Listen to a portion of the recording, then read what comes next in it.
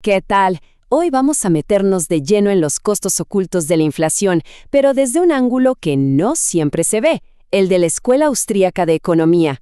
Vamos a descubrir que el problema va mucho, mucho más allá de que las cosas simplemente cuesten más caro. A ver, todos sentimos el golpe en el bolsillo cuando suben los precios, eso está clarísimo. Pero, ¿y si esa fuera solo la punta del iceberg? La perspectiva que vamos a explorar hoy nos dice que el verdadero daño de la inflación es bastante más sutil y, la verdad, mucho más profundo. Ok, ya esta va a ser nuestra hoja de ruta. Primero, repasamos la visión más conocida de la inflación. Luego, nos metemos a ver cómo distorsiona las señales del mercado, cómo eso genera crisis, nos hace desperdiciar recursos y, finalmente, cómo puede llegar a amenazar el tejido mismo de la sociedad. Bueno, arranquemos con lo que casi todos conocemos. Sección 1. La historia estándar, o sea, los costos de la inflación que aparecen en cualquier libro de texto de economía. La economía tradicional nos habla, digamos, de 4 costos principales. Por un lado, los costos de suela de zapato, que es básicamente el tiempo y la energía que perdemos yendo más seguido al banco. Luego, los costos de menú, que es el gasto de los negocios al tener que estar actualizando sus precios a cada rato.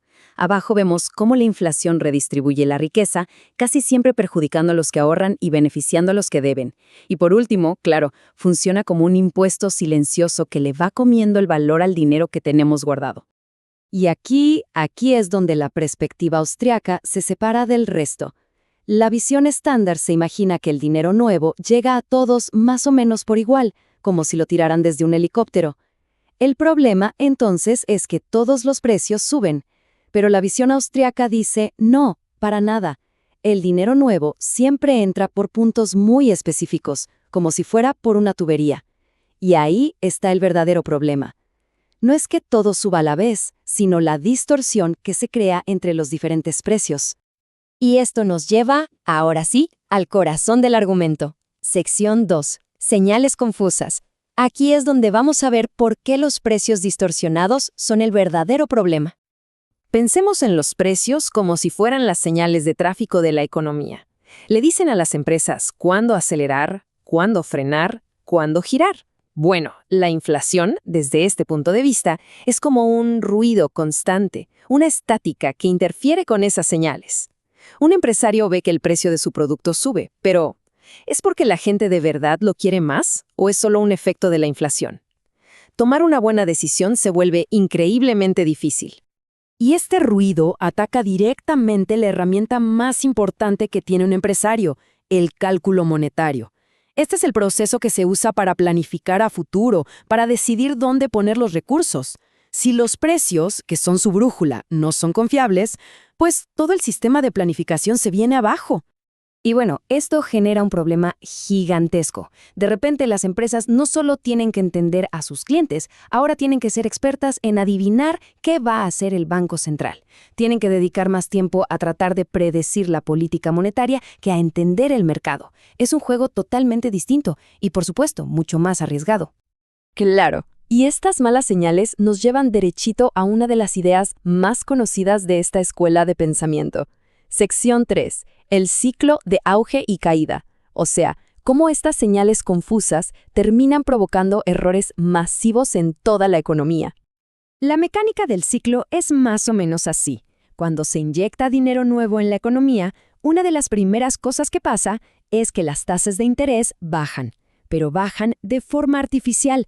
Esta tasa baja es una señal falsa para los empresarios. Les hace creer que la gente está ahorrando mucho más de lo que realmente ahorra y los impulsa a empezar proyectos enormes, a largo plazo, que en realidad no tienen un respaldo real en la economía. A ver, vamos a desglosar las 4 etapas de este ciclo. Primero tenemos la inversión errónea. Se inician todos estos proyectos a largo plazo por esa falsa señal de interés bajo. Esto genera un auge insostenible, pero claro, la gente no cambió sus hábitos de consumo. Cuando finalmente gastan su dinero, se revela que todos esos grandes proyectos fueron un error. Ese es el quiebre.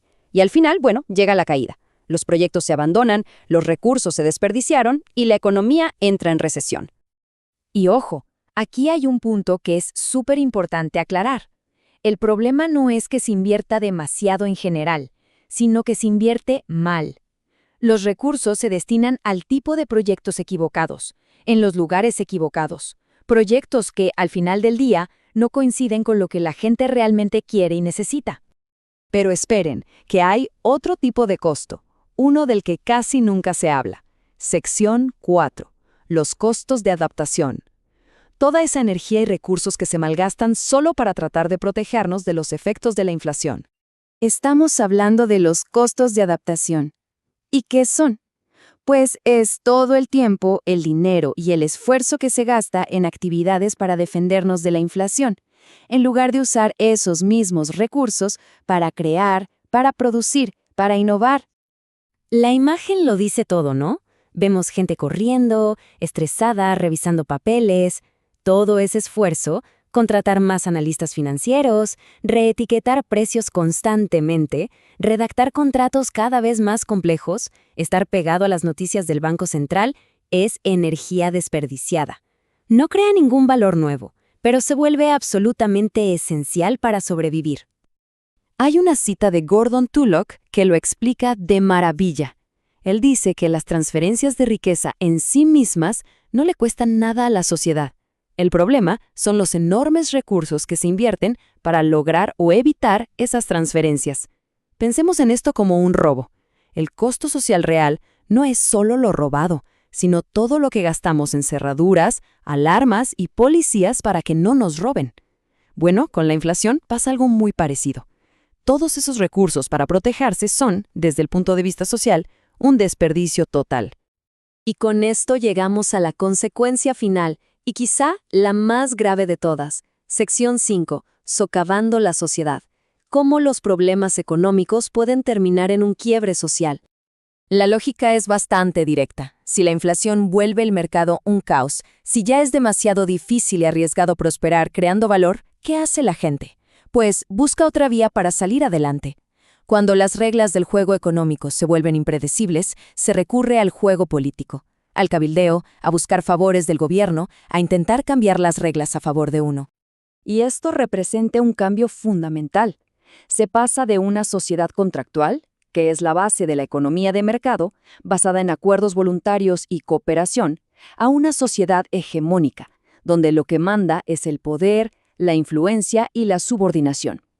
Se deja de cooperar para crear riqueza y se empieza a competir por el favor del poder político. Esta poderosa cita lo resume todo de una forma contundente. La idea es simple pero profunda. No hay forma más segura de socavar los cimientos de una economía de mercado que corromper su moneda. Y esto nos deja con una pregunta final para la reflexión. ¿Cuál es el verdadero precio de una moneda distorsionada? Ya vimos que no se trata solo de lo que afecta a nuestros bolsillos, sino de lo que le hace al tejido mismo de la sociedad. Desde esta perspectiva, los costos ocultos son en realidad los más importantes.